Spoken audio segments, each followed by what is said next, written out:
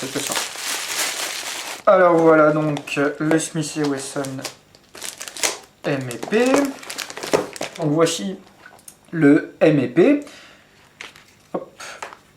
Le petit drapeau au pop, comme d'habitude. Le chargeur. Et alors certainement donc en dessous nous avons une tige de débourrage. Ici nous avons une fausse boîte de cartouches qui contient des billes et certainement aussi le bouchon rouge de sécurité, donc des échantillons de billes. Et également les petits loquets à insérer dans les chargeurs qui permettent de tirer à vide si vous en avez envie.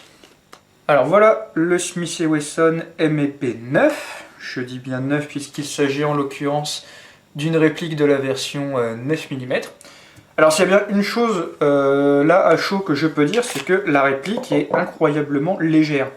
C'est vraiment très léger. Ce qui peut être au choix un avantage ou un inconvénient en fonction de vos goûts personnels. Mais là, sans chargeur, c'est vraiment très léger. Avec chargeur, c'est déjà plus équilibré, mais c'est vraiment pas très lourd, c'est le moins que l'on puisse dire.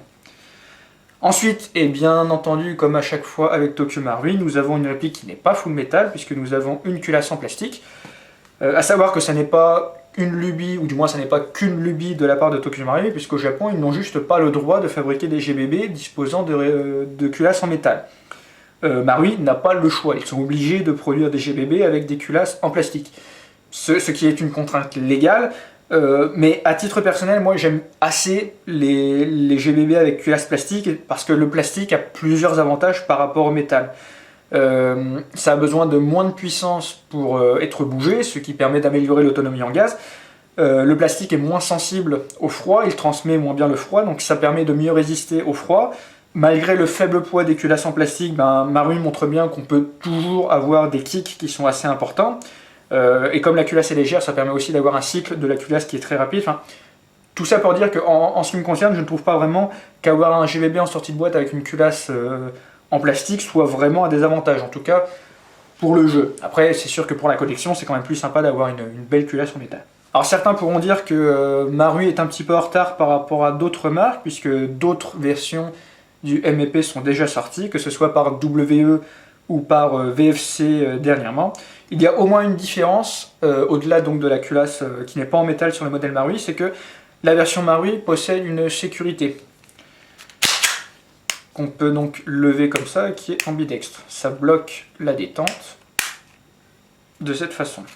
Donc la sécurité est ambidextre, et d'une façon générale, toute la réplique est ambidextre, puisque nous avons aussi un arrêtoir de culasse des deux côtés, donc à gauche et à droite. Alors comme souvent sur les arrêtoirs de culasse ambidextres, je trouve ça plus dur à actionner du côté droit. C'est peut-être juste que je manque d'habitude, je ne me rends pas trop compte, mais comme souvent au final l'arrêtoir de culasse est plutôt situé sur la gauche. Il y a un effet de levier qui n'est pas le même, ce qui à mon avis a tendance à rendre le désenclenchement du côté droit un petit peu plus dur. Bon après voilà, c'est beaucoup une question d'habitude. Je m'étonne de voir la culasse frotter un petit peu, c'est un petit peu comme le Mark IV Cybergun que je vous avais montré. Là vous voyez, je peux bloquer la culasse à mi-chemin. Alors c'est peut-être que ça manque de lubrification, ce qui m'étonne, car d'une façon générale les GBB Marui viennent d'origine assez bien lubrifiés, mais bon là c'est peut-être l'exception qui va confirmer la règle. Alors voilà à quoi ça ressemble de plus près. On peut voir les différents marquages. Je ne sais pas jusqu'à quel point ils sont réalistes, mais à défaut d'être totalement réalistes, ils sont au moins crédibles. On peut noter également que le bouton d'éjection du chargeur, lui, n'est pas ambidextre, même s'il est certainement possible de placer le bouton sur la droite.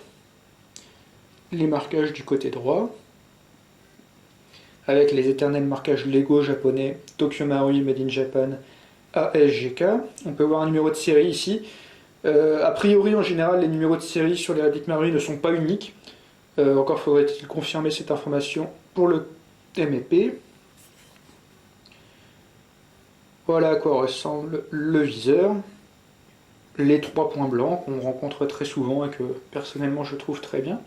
Un petit détail de réalisme assez sympathique, ici nous pouvons voir donc un trou qui permettrait sur le vrai de voir si une cartouche est chambrée ou non dans la chambre. Alors bien entendu il n'y a pas de cartouche sur la version Airsoft, mais visiblement ils ont quand même reproduit une espèce de petite aspérité jaunâtre qui fait donc penser à une douille de Daphne Numet, ce qui donne une impression relativement réaliste et relativement sympa quand on se contente de regarder de cette façon. Par ailleurs, on peut également constater qu'à l'instar du PX4 Tokyo Marui, le hop-up est réglable grâce à cette petite molette située sur le côté gauche du bloc hop-up. Ce qui permet en théorie de régler le hop-up sans démonter du tout la réplique, simplement en se servant de son doigt de cette façon-là. Voilà à quoi ça ressemble à l'intérieur.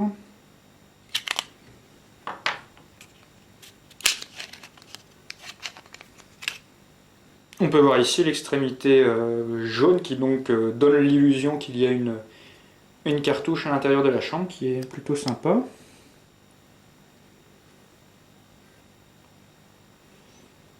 Comme sur beaucoup d'armes relativement modernes, il y a une sécurité directement intégrée à la queue de détente. Mais contrairement par exemple à un Glock, un XDM ou un MP9 où en fait il y a une espèce de double détente, ici en fait c'est un autre système où il faut absolument que ce soit la partie inférieure de la détente qui soit pressée. Ça permet donc de libérer le petit cran qu'on voit ici et d'actionner le mécanisme. Si on essaie de pousser la partie supérieure, eh bien le cran vient lutter contre la carcasse et on ne peut pas aller plus loin. Donc ensuite au niveau de la queue de détente,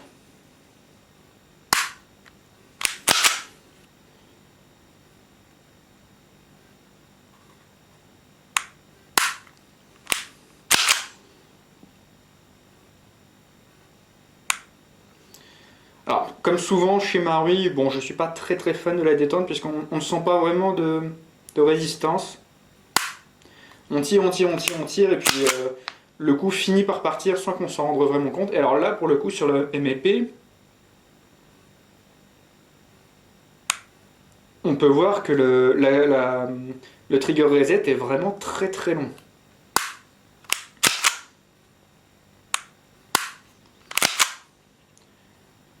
Il faut vraiment quasiment remettre la queue de détente dans sa position initiale, quoi.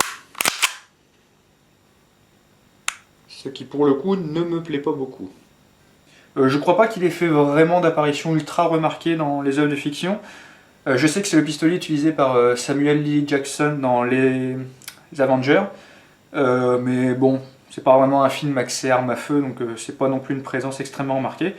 Pour moi, le Smith & Wesson MP, il est surtout connu pour être le pistolet utilisé par Travis Heley et Chris Costa dans le The Art of the Dynamic Handgun, les fameux DVD de MacPool expliquant comment mieux manipuler ses armes de poing. C'est exactement, je crois, cette version-là qui est utilisée, à savoir la version 9 mm avec la sécurité sur la carcasse. Moi, pour le coup, ça fait vraiment partie. J'aime beaucoup les pistolets modernes d'une façon générale parce que je les trouve vraiment très ergonomiques et très confortables. Moi, c'est de cette façon-là que j'aime tenir mes répliques ou même mes armes. Et là, j'ai la place de le faire. Mon pouce trouve naturellement sa place sur la sécurité en position de repos. Et j'ai largement assez de place sur la frame pour pouvoir y caler la paume de ma main faible ainsi que mon pouce.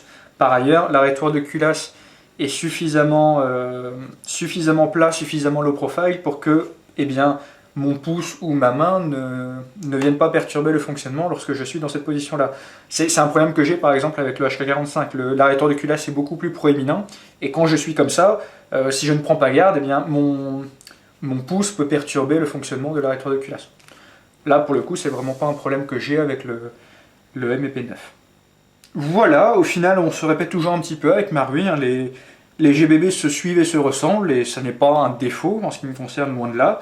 On a du plastique, généralement on a un kick qui est très sympa, on a des performances d'origine qui sont très chouettes, une fiabilité très appréciable également, c'est un élément relativement récurrent chez les répliques de chez Marui.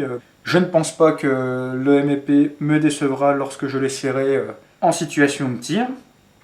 Et donc vous également à ce moment-là, vous pourrez vous faire une opinion un peu plus précise de cet engin-là. D'ici là, je vous souhaite une bonne continuation, et je vous dis à une prochaine fois pour une prochaine vidéo de tir. Salut!